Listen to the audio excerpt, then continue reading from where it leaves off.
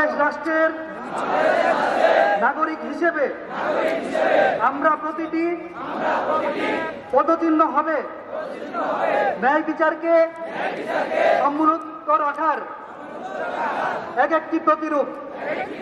সাম্য এবং মানবিক মর্যাদা হবে আমার রাষ্ট্রের প্রতিটি অংশীদারের জন্য যোগাযোগের সেতু বন্ধন। আমার কাছে জনগণের সার্বভৌম ক্ষমতার যথাযথ বাস্তবায়নই হবে ব্যক্তিগত স্বার্থকে সমুন্নত রাখার একমাত্র রক্ষা কবচ।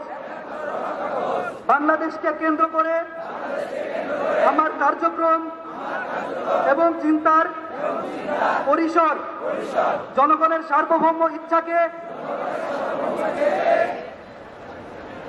সব সময় ক্ষমতায়িত করবে।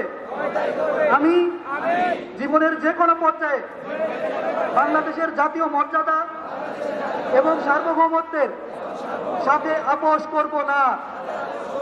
রাষ্ট্রীয় ক্ষমতা যদি নিপীড়নমূলক হয়ে ওঠে বা হয়ে উঠতে চায়, তার বিপরীতে দাঁড়ানো হবে আমার একান্ত দায়িত্ব।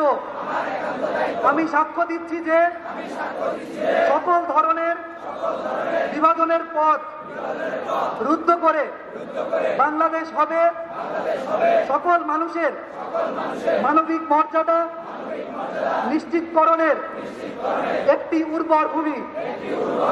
আমিন। ধন্যবাদ সবাইকে।